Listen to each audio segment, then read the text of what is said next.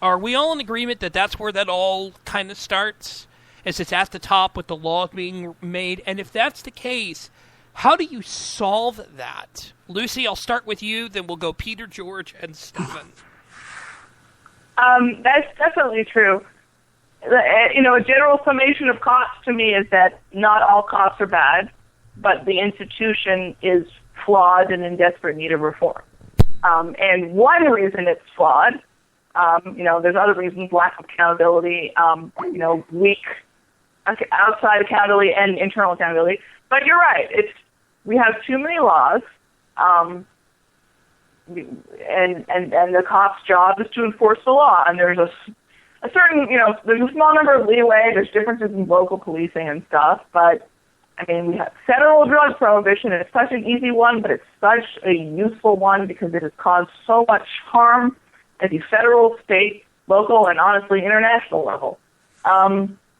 We have to change the laws.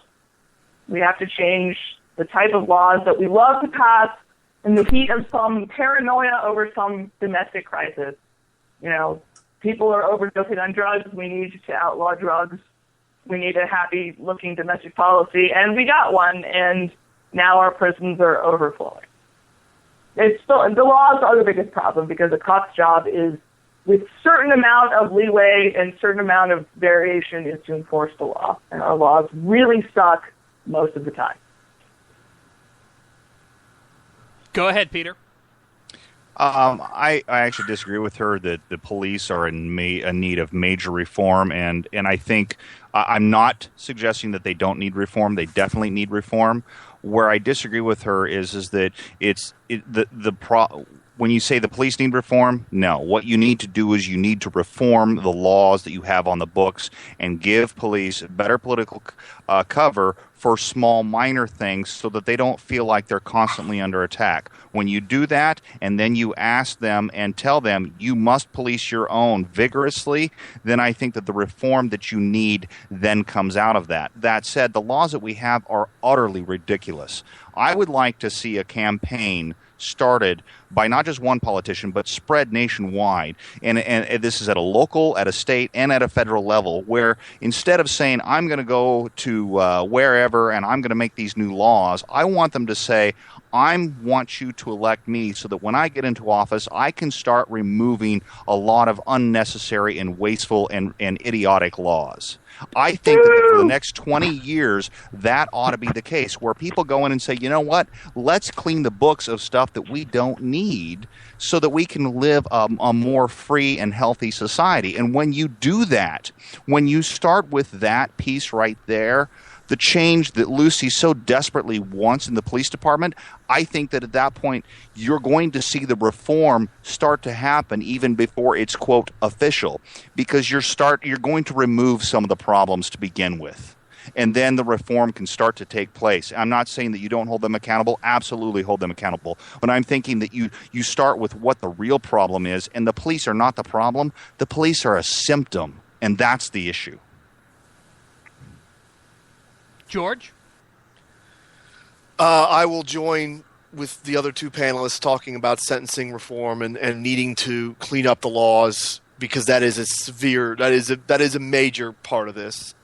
I mean, when you get to it, when you have a situation where you have so much penny ante stuff getting dealt with, I mean, you ask yourself. I think we've all asked ourselves this when we see some of the things that people get arrested for, and it's like, isn't there somebody getting robbed? Isn't there something else way more important than this?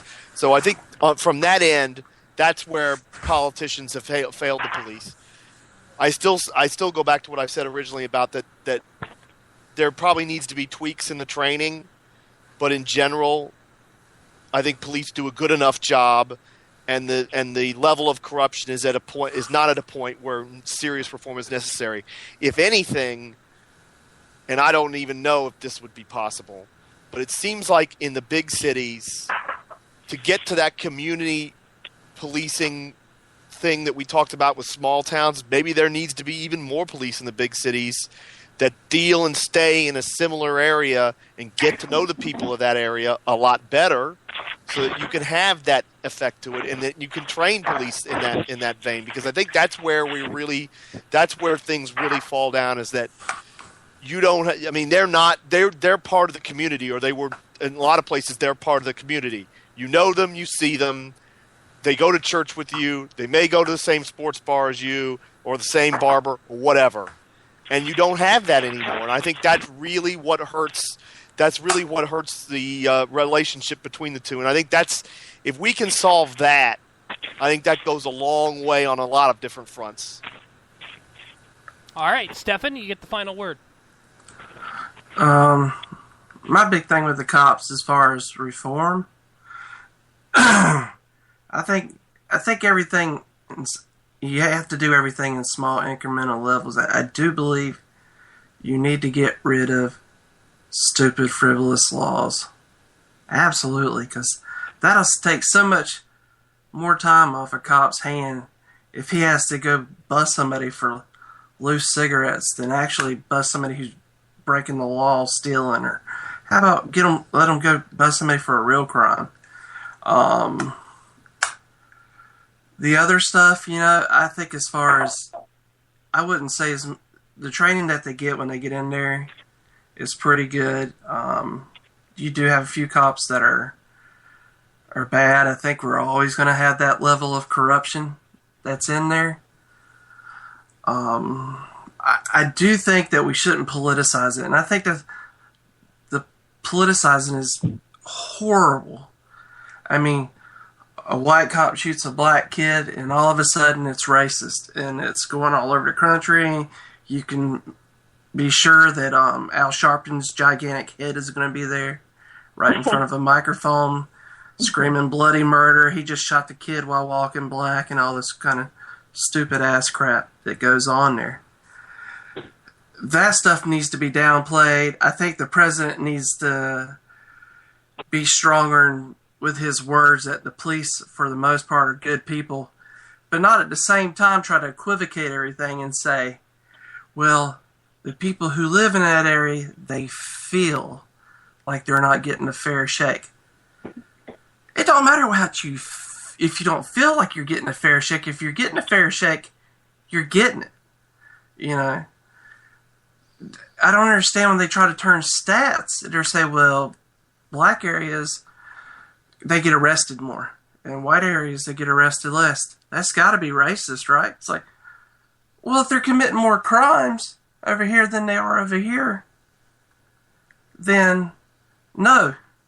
So I hope the politically correct, all in all, what I'm trying to say is I hope keep political correctness out of it. We saw what happened with political correctness in France this week, and people got killed. And I hope it doesn't turn out that way here. All right.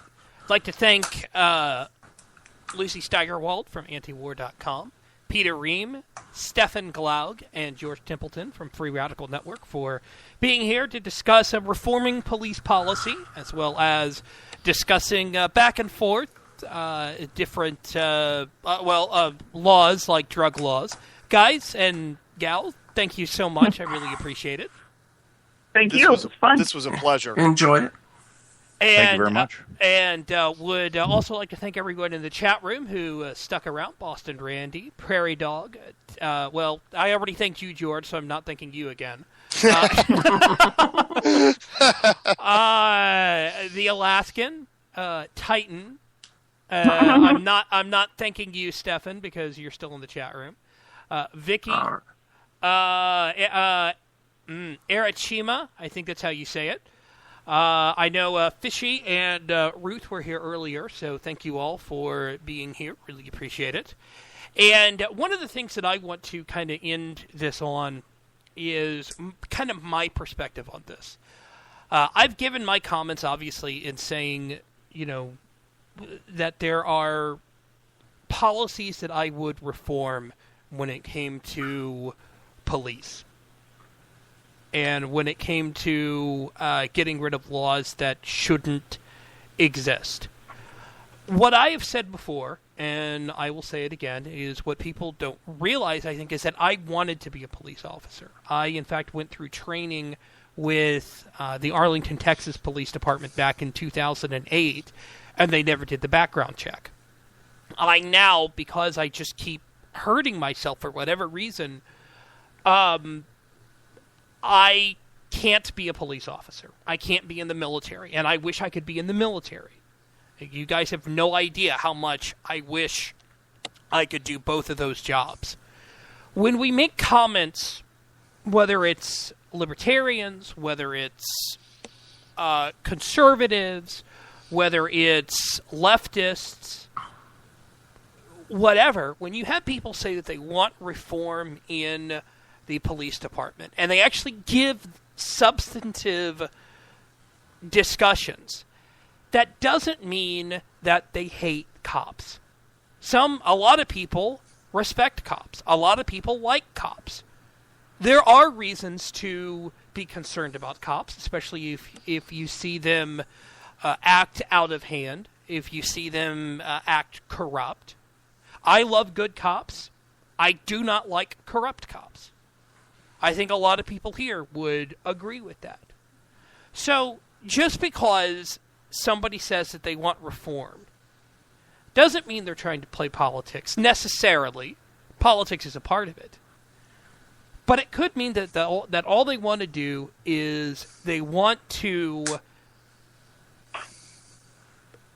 keep incidents like the Eric Gardner case, like the Tamir Rice case, from happening again. That could be what it is. I could be wrong. That's my opinion on that. But that's just kind of my thought about that. I'd like to thank everyone for being here for this week's edition of Saturday Night Cigar Lounge here on Vigilant Liberty Radio. We start all over again on Monday with the Liz Harrison Show at 12 p.m. Eastern, followed by the Right Mics. Then it's going to be Edge of Anarchy, Episode 2, with your host Amanda, followed by Their Finest Hour with Alan Bordius. So be sure to be here on Monday. Thanks again, guys, and we'll talk to you next week. Oh, a note of housekeeping. I'm not sure if next week's show is going to be taped or if I'm going to have a guest host. The Washington Capitals are in town to face the Dallas Stars, and I'd like to watch Alexander Ovechkin live in person play hockey. So, let's go Caps. No, go Stars. But we will see. It'll either be a taped show, or maybe I'll get Sean Vinkman to come in and guest host. We'll figure it out. Thanks, guys. We'll catch you next week here on Saturday Night Cigar Lounge here on Vigilant Liberty Radio.